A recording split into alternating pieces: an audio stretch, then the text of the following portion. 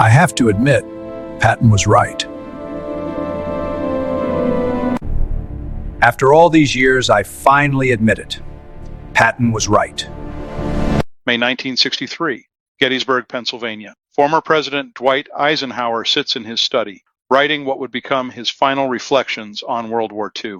The man who commanded the greatest military coalition in history pauses, stares at the photograph on his desk. It's Patton, taken in 1944. Before the accident that killed him, Eisenhower writes a sentence, then crosses it out. He tries again. The words he's struggling with are ones he could never say publicly while in office. George was right about the right. He was right about Berlin, and I should have listened. These words would never appear in his published memoirs, but they existed in private letters, in conversations with trusted aides, in moments when the weight of what could have been became too heavy to ignore. This is the story of the admission Eisenhower could never make public. The acknowledgement that Patton's strategy. Finally, I admit it, Patton was right. Dismissed as reckless in 1944, might have prevented the Cold War entirely. August 1944, Supreme. Headquarters, Allied Expeditionary Force. Eisenhower faced the most consequential strategic decision of the war. Two of his most successful generals were presenting completely opposite visions for how to end the war. Montgomery argued for a concentrated thrust through the Netherlands toward the Ruhr. Patton demanded fuel and support for Third Army to drive straight toward the Rhine and into Germany's heartland. Eisenhower had to choose. The military logic seemed to favor caution. Allied supply lines were stretched to breaking point. The Red Ball Express was running trucks 24 hours a day just to keep armies supplied hundreds of miles ahead of ports. Every gallon of fuel was precious. Every shell had to be transported from Normandy beaches. The logistics officers were unanimous. Supporting multiple armies in rapid advance was impossible with current resources. Captain, the situation is critical. Understood, sir. Your orders? Proceed with the operation. Report directly to me. Yes, sir. Gentlemen, this is the critical point. I see it now. The coordinates align. What's the countermeasure? We proceed. Carefully. Eisenhower's decision was called the broad front strategy. Advance on multiple axes simultaneously. Don't risk everything on a single thrust that could be cut off. Keep pressure across the entire front. Force Germany to defend everywhere. It was methodical, cautious, and aligned with Eisenhower's belief that coalition warfare required compromise. British political leadership demanded Montgomery play a leading role. Eisenhower gave him Operation Market Garden. Patton's reaction was documented in his diary and in conversations with his staff. He called it the greatest mistake of the war. He told subordinates that they were stopping just when the enemy was beaten. He predicted that the delay would allow Germany to reorganize defenses and prolong the war by months. His intelligence officers were reporting that the Siegfried Line was virtually undefended. German generals were telling Berlin that they couldn't stop the American advance. Patton saw victory within reach and watched it being deliberately postponed. The deeper disagreement wasn't just about tactics. It was about understanding what kind of war this was. Eisenhower saw defeating Germany as the sole military objective. Political questions about post-war Europe would be settled by governments after the fighting ended. Patton saw the war in broader terms. Germany was being defeated, but Soviet power was growing. Who occupied which territory in Germany would determine Europe's future. Military decisions made in 1944 would shape the political map for decades. Patton's warnings about Soviet intentions were explicit and documented. In conversations with his staff, he said that the United States would regret allowing Soviet forces to occupy Berlin and Eastern Europe. He argued that Western armies should advance as far east as possible before war's end. He predicted that Soviet occupation would become permanent and that Stalin had no intention of allowing free governments in territories his armies controlled. These warnings were dismissed as political statements inappropriate for a military commander. Eisenhower's decision to reject Patton's strategy was influenced by multiple factors. Logistics were genuinely difficult. Political pressure from British leadership was real. The coalition had to be maintained. American political leaders wanted Allied unity. All of these considerations pointed toward the broad front approach that would accommodate both British and American commanders while minimizing risk of catastrophic setback. But there was another factor that Eisenhower would later acknowledge privately. He didn't fully grasp in August 1944 what Patton understood instinctively. The race wasn't just against Germany. It was against the Soviet Union. Where armies stopped fighting would determine where political boundaries were drawn. Every day that Western forces delayed their advance was a day Soviet forces advanced further west. The military decision to halt Patton had political consequences that wouldn't be fully visible until the war ended. The result of Eisenhower's decision is historical record. Mark it. Garden failed. Germany reinforced the Siegfried Line during the September pause. The war dragged into the Battle of the Bulge, cost nearly 90,000 American casualties. Soviet forces occupied Berlin and all of Eastern Europe. The Iron Curtain descended exactly where Army positions stood when fighting stopped. And Patton died in December 1945, convinced until his last day that the war could have ended differently. The change in Eisenhower's thinking didn't happen in a single moment. It developed gradually through 1945 and the immediate post-war period as the Soviet Union's intentions became undeniable. The man who had worked closely with Soviet commanders during the war, who had toasted Stalin's health at victory celebration, began to see what Patton had warned about. The first signs came during the final months of the war. Soviet forces were occupying Eastern European countries and installing communist governments despite agreements about free elections. Poland, which Britain had gone to war to defend, was being absorbed into the Soviet sphere. Eisenhower was receiving reports from American officers that Soviet forces were preventing Western observers from entering occupied territories. The promises made at Yalta were being systematically violated. By late 1945, Eisenhower's correspondence shows growing concern about Soviet behavior. In letters to the War Department, he noted that Soviet cooperation, so essential during the war, had been replaced by obstruction and hostility. The unified command that had defeated Germany was fragmenting into competing occupations. Berlin was divided. Germany was divided. Europe was dividing exactly as Patton had predicted it would. Eisenhower's private comments to staff officers and trusted colleagues became more pointed. He began acknowledging that the decision to halt Western advances in favor of allowing Soviet forces to occupy Berlin and Eastern Europe had been strategic error. In conversations that were documented by participants but not published until decades later, Eisenhower admitted that Patton's warnings about Soviet intentions had been accurate. The political consequences of military decisions made in 1944 were becoming devastatingly clear. The most revealing evidence comes from Eisenhower's correspondence with close confidants in the late 1940s and 1950s. He wrote to several former commanders expressing regret about decisions made during the war's final phase. In one letter from 1948, he acknowledged that the emphasis on maintaining Allied unity had sometimes compromised military effectiveness. He noted that political considerations had influenced strategic choices in ways that benefited neither military victory nor post-war stability. Eisenhower's evolving view of Patton himself is documented in multiple sources. During the war, their relationship had been professionally correct, but strained by Patton's indiscipline and controversial statement. Eisenhower had to reprimand Patton multiple times for behavior that created political problems. After Patton's death, Eisenhower's assessment became more nuanced. He began emphasizing Patton's operational brilliance while downplaying the controversies. He spoke of Patton as perhaps the finest tactical commander America produced.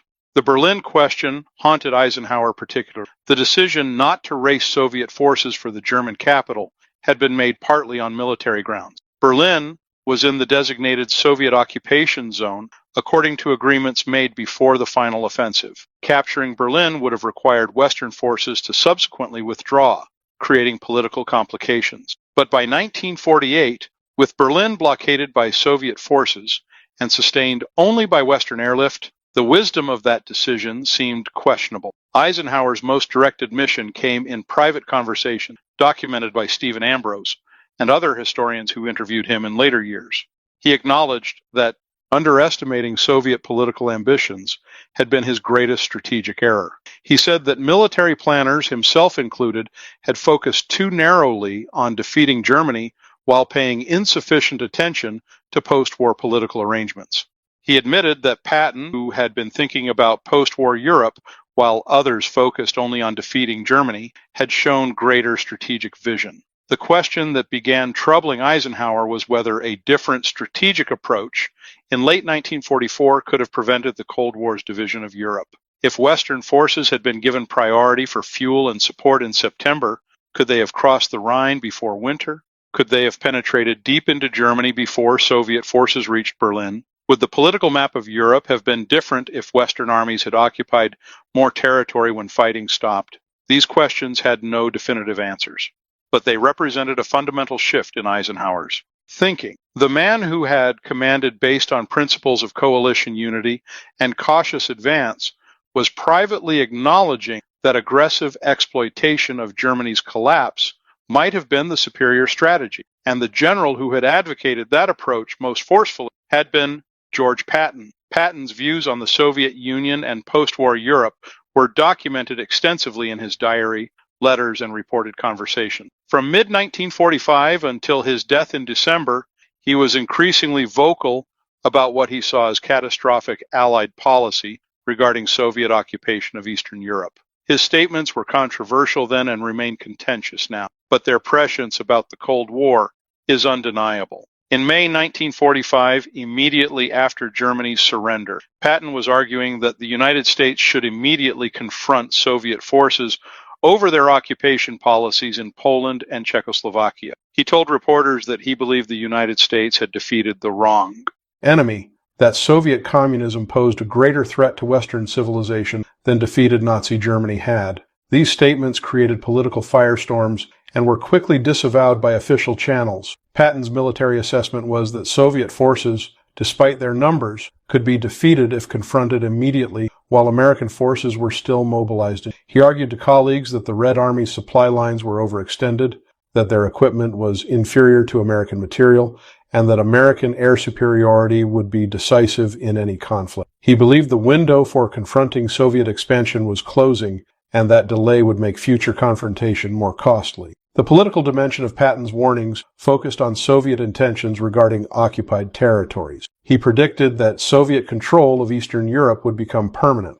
that Stalin had no intention of allowing free elections or democratic governments in territories occupied by Red Army forces. He argued that Western leaders were naive to trust Soviet promises about self-determination, and that accepting Soviet occupation would condemn millions to totalitarian rule. Patton's most controversial statements concerned what should be done about this situation. He advocated for American forces to maintain military pressure on Soviet forces, to refuse to withdraw from areas occupied during combat operations, and to demand Soviet compliance with agreements about free elections before accepting territorial divisions.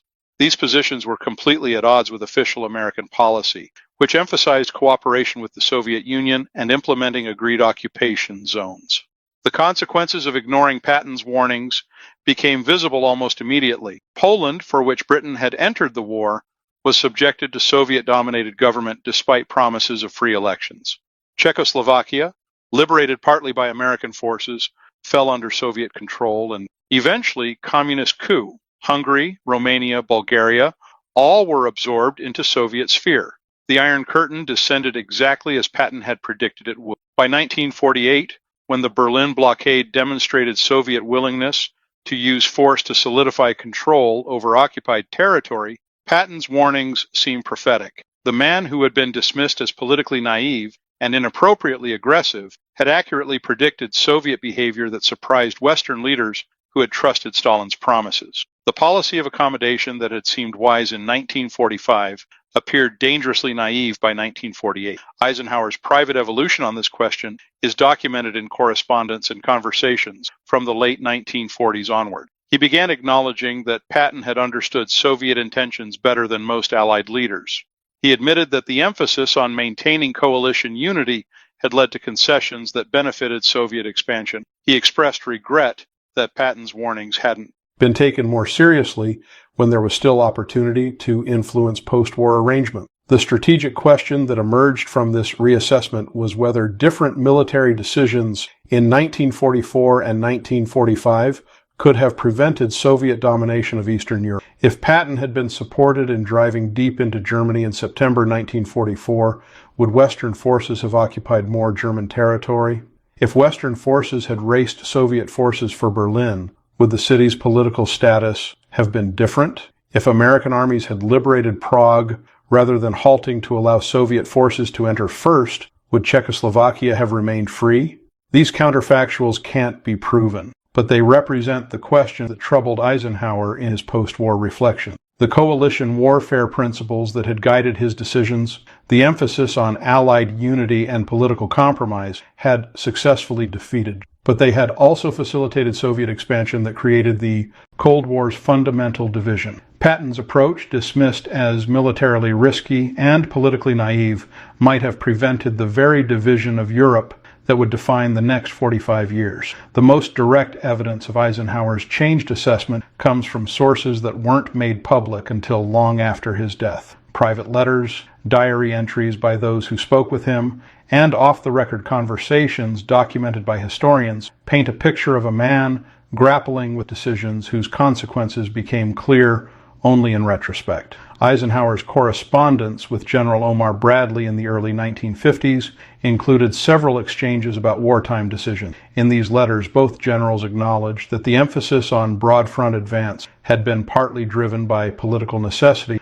rather than pure military logic. Eisenhower wrote to Bradley that maintaining Allied unity had required compromises that may have prolonged the war. He noted that Patton's aggressive single thrust strategy, while risky, might have achieved faster victory if properly supported. More revealing were Eisenhower's private comments to Stephen Ambrose, the historian who later wrote his biography. In interviews conducted in the 1960s, Eisenhower acknowledged that his greatest regret from the war was not pushing harder for Western forces to occupy Berlin. He said that allowing Soviet forces to take Berlin had given Stalin a propaganda victory and political leverage that shaped post-war negotiations unfavorably. He admitted that the military arguments against racing for Berlin had been sound, but the political cost had been severe. Eisenhower's assessment of Patton evolved significantly in his later years. During the war and immediate post-war period, he emphasized Patton's indiscipline and political liabilities. By the 1960s, his public and private comments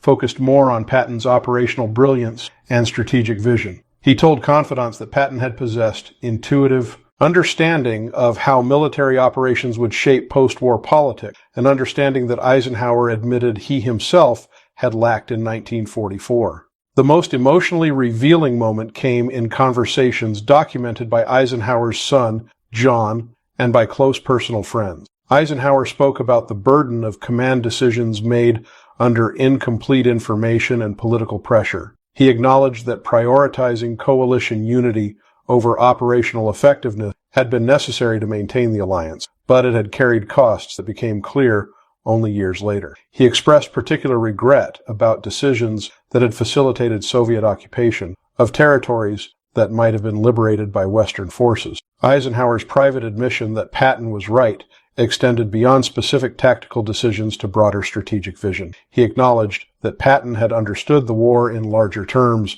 than just defeating Germany. Patton had been thinking about post-war political arrangements, while most Allied commanders focused narrowly on immediate military objectives. This longer-term strategic thinking, which had seemed inappropriate for a field commander in 1944, appeared prescient by the 1950s when Cold War divisions were firmly established. The question that haunted Eisenhower was whether he had been too cautious with the Soviets and too restrictive with Patton. If he had given Patton the resources and freedom to drive deep into Germany in September 1944, would the war have ended sooner? Would Western forces have occupied more German territory?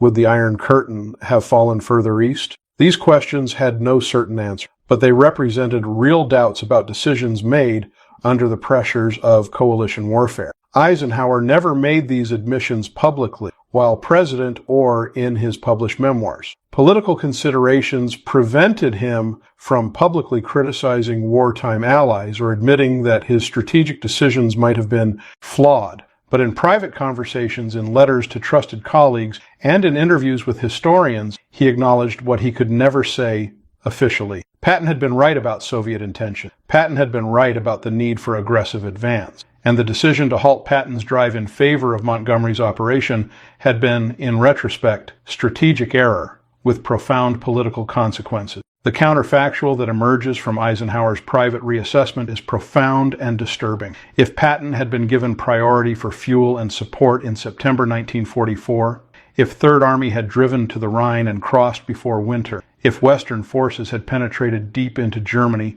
while Soviet forces were still fighting in Poland, would the map of post-war Europe have been different? The military case for this possibility is strong. German defenses west of the Rhine were collapsing in early September. The Siegfried Line was barely manned. German generals were reporting to Berlin that they couldn't stop American advance. Patton's intelligence officers estimated that with adequate fuel, Third Army could reach the Rhine in days and establish bridgeheads before significant resistance could be organized. Once across the Rhine, the path into Germany was open. The political consequences of such an advance would have been significant. If Western forces had occupied Berlin, the city wouldn't have been divided. If American armies had reached Prague first, Czechoslovakia might have remained outside Soviet sphere. If Western forces had occupied more of Eastern Germany, the Iron Curtain would have fallen further east. Every mile that Western armies advanced would have been a mile less under Soviet occupation when fighting stopped. But this scenario requires assumptions that may not have been achievable. Could Allied logistics have sustained Patton's advance all the way to Berlin in 1944? Would German resistance have remained minimal if Western forces had threatened the Reich's heartland? Would Soviet forces have accelerated their own advance if they saw Western armies driving deep into Germany? Would political agreements about occupation zones have held if Western forces occupied areas designated for Soviet control? These questions can't be answered with certainty, but they represent the thinking that troubled Eisenhower in his later years. The decision to reject Patton's strategy in favor of broad front advance had been made with good reasons. But those reasons were primarily logistical and political, focused on maintaining coalition unity and minimizing operational risk.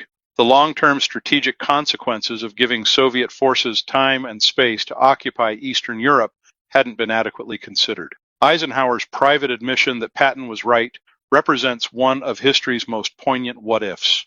The Supreme Commander who had to balance military operations with political constraints came to believe that he had been too cautious, too concerned with maintaining Allied unity, too trusting of Soviet intention. The field commander he had restrained for being too aggressive and politically inappropriate had possessed strategic vision that proved more accurate than the careful political calculations that had guided Allied strategy. The question this raises for viewers is one that historians still debate. If Eisenhower had given Patton full control in September 1944, if Third Army had been supported in driving to the Rhine and beyond, if Western forces had occupied Berlin and Prague and more of Eastern Germany, would the Cold War have ever happened?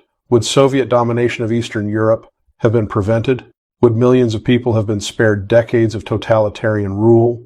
We can't know with certainty. History doesn't allow controlled experiments, but we know that Patton advocated for aggressive advance when Germany was most vulnerable. We know he warned about Soviet intentions when most Allied leaders trusted Stalin. We know that his predictions about Soviet occupation becoming permanent proved accurate. And we know that Eisenhower, in his private reflection, admitted that he should have listened. The tragedy is that this admission came too late. Patton died in December 1945, never knowing that his strategic vision would be vindicated. Eisenhower lived long enough to see the Cold War divisions that Patton had predicted become permanent reality. The secret meeting where Eisenhower admitted Patton was right wasn't a formal meeting. It was a series of private conversations, personal letters, and quiet reflections where the weight of what could have been became too heavy to deny. The truth that coalition unity and political caution had facilitated Soviet expansion, the acknowledgement that aggressive military action in 1944 might have prevented the Iron Curtain's descent, the admission that George Patton, dismissed as reckless and politically naive, had understood the war stakes better than the leaders who restrained him.